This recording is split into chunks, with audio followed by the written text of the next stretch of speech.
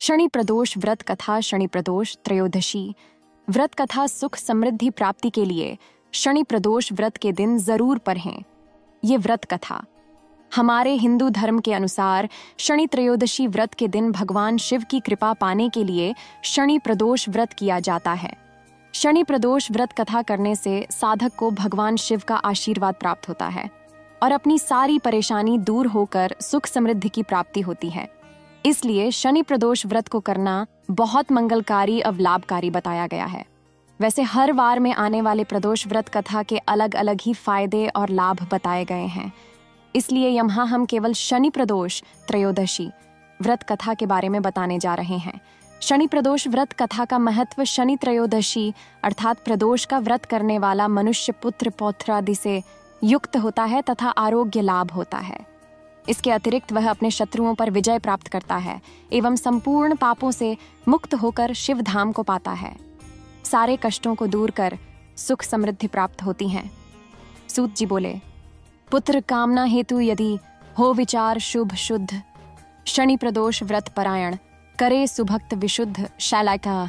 शनि प्रदोष व्रत कथा के लाभ एवं फायदे। शनि प्रदोष त्रयोदशी व्रत कथा करने से साधक को पुत्र की कामना पूर्ण होती है। इस व्रत को करने से जातक अपने शत्रुओं पर विजय प्राप्त करता है।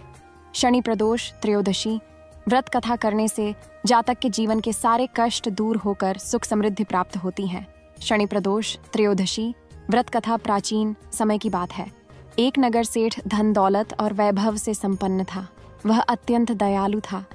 उसके यहाँ से कभी कोई भी खाली हाथ नहीं लौटता था। वह सभी को जी भरकर दान दक्षिणा देता था। लेकिन दूसरों को सुखी देखने वाले सेठ और उसकी पत्नी स्वयं काफी दुखी थे। दुहक का कारण था उनके संतान का न होना।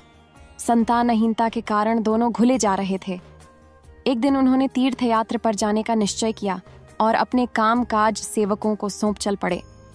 अभी वे नगर के बाहर ही निकले थे कि उन्हें एक विशाल वृक्ष के नीचे समाधि लगाए एक तेजस्वी साधु दिखाई पड़े।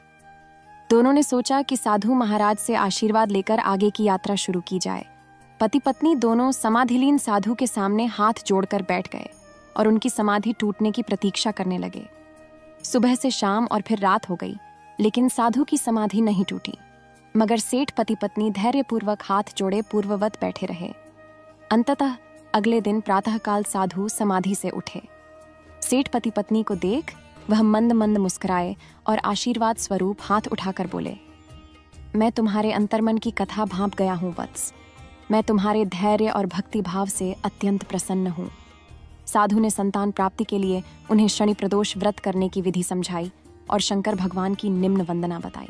हे रुद्रदेव शिव नमस्कार, शिव शंकर जगगुरु नमस्कार, हे नीलकंठ सुर नमस्कार, शशि मौलिचंद्र सुख नमस्कार, हे उमाकांत सुधी नमस्कार, उग्रत्व रूप मन नमस्कार, ईशान ईश प्रभु नमस्कार, विश्वेश्वर प्रभु शिव नमस्कार। इन दान तीर्थ यात्रा के बाद दोनों वापस घर लौटे और नियम पूर्वक शनि प्रदोष व्रत करने लगे।